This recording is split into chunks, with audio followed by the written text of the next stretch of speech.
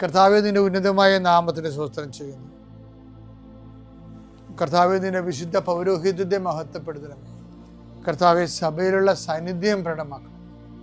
40 വർഷം അർപ്പിച്ച കൃപാന്റെ യുഗതിയായി കൃപാസ്ഥാനത്താരെ ജീവനോടെ പ്രത്യക്ഷപ്പെട്ട പരിശുദ്ധ അമ്മയുടെ മാധ്യസ്ഥത്തിലെ ഞാൻ അങ്ങയുടെ മക്കൾക്ക് വേണ്ടി പ്രാർത്ഥിക്കുന്നു. അമ്മേ, ഈ പ്രഭാതത്തിൽ എത്രയോ പേരാണ് അമ്മേ ഈ ഒരു പ്രാർത്ഥനയ്ക്ക് വേണ്ടി കൊതിച്ച് കാത്തിരിക്കണത്.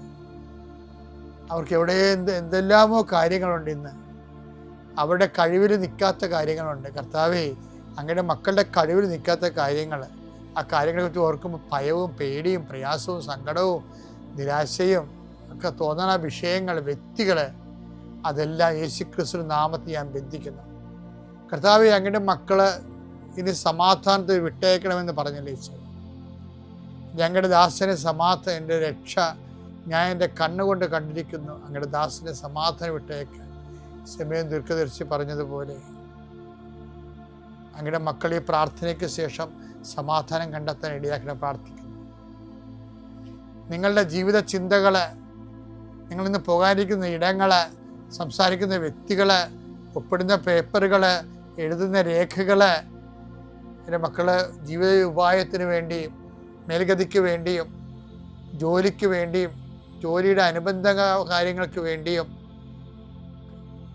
എവിടെയെല്ലാം യാത്ര ചെയ്യുന്നു, ആരെല്ലാം സംസാരിക്കുന്നു, ഫോൺ ചെയ്തിട്ട് എന്തെങ്കിലും ഡേറ്റോ കാര്യമോ തീരുമാനമോ വാക്കോ പ്രവൃത്തിയോ തീരുമാനമോ കിട്ടാൻ വേണ്ടി കാത്തിരിക്കുന്നു. അതെല്ലാം മക്കൾക്ക് അനുകൂലമാവുകയും അത് ഈശോയുടെ നാമത്തിൽ ഞാൻ നിങ്ങളെ അനുഗ്രഹിക്കുകയും ചെയ്യുന്നു.